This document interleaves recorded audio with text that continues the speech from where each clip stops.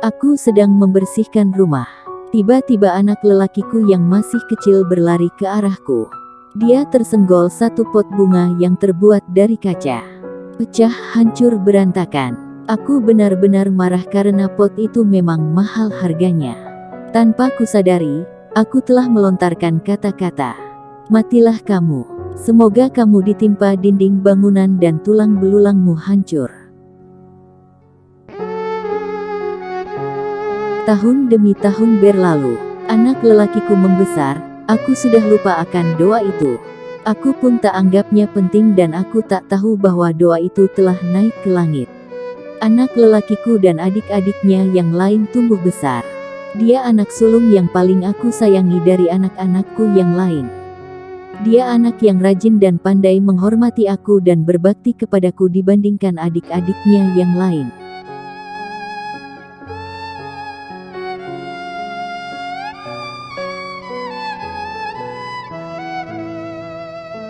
Kini dia telah menjadi seorang insinyur. Tak lama lagi dia akan menikah. Tak sabar rasanya aku ingin menimang cucu. Ayahnya punya sebuah bangunan yang sudah lama dan ingin direnovasi. Maka pergilah anakku bersama ayahnya ke gudang itu. Para pekerja sudah bersiap-siap untuk merobohkan satu dinding yang sudah usang. Sementara pekerja sedang bekerja, anakku pergi ke belakang bangunan tanpa diketahui oleh siapapun. Dengan tak disangka-sangka dinding bangunan itu roboh menimpanya. Terdengar suara berteriak dalam runtuhan itu hingga suaranya tak kedengaran lagi. Semua pekerja berhenti.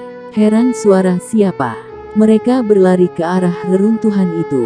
Mereka mengangkat dinding yang menghimpit anakku dengan susah payah dan segera memanggil ambulan. Mereka tidak dapat mengangkat badan anakku.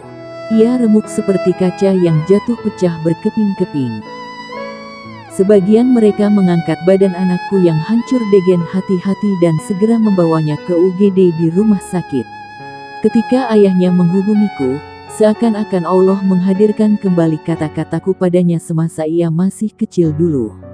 Aku menangis hingga pingsan. Setelah aku sadar, aku berada di rumah sakit dan aku meminta untuk melihat anakku. Ketika melihatnya, aku seakan mendengar suara yang berkata, "Ini doamu kan? Sudah aku kabulkan. Setelah sekian lama engkau berdoa, sekarang aku akan mengambilnya." Ketika itu, jantungku seakan berhenti berdetak.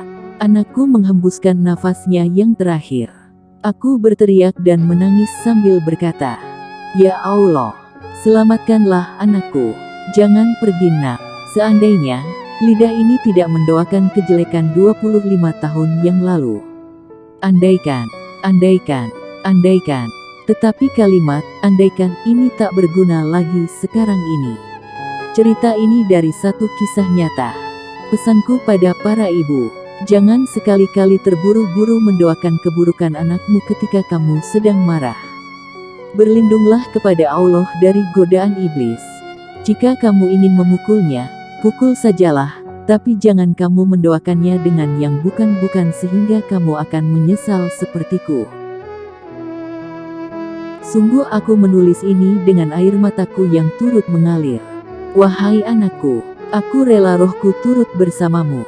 Hingga aku boleh beristirahat dari kepedihan yang aku rasakan setelah kepergianmu. Tolong sebarkan cerita ini KPD semua wanita. Doakanlah yang baik-baik saja untuk anak-anak.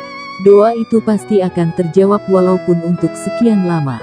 Tunggulah dan Allah pasti mengabulkannya. Dikutip dari tulisan seorang ibu di Malaysia.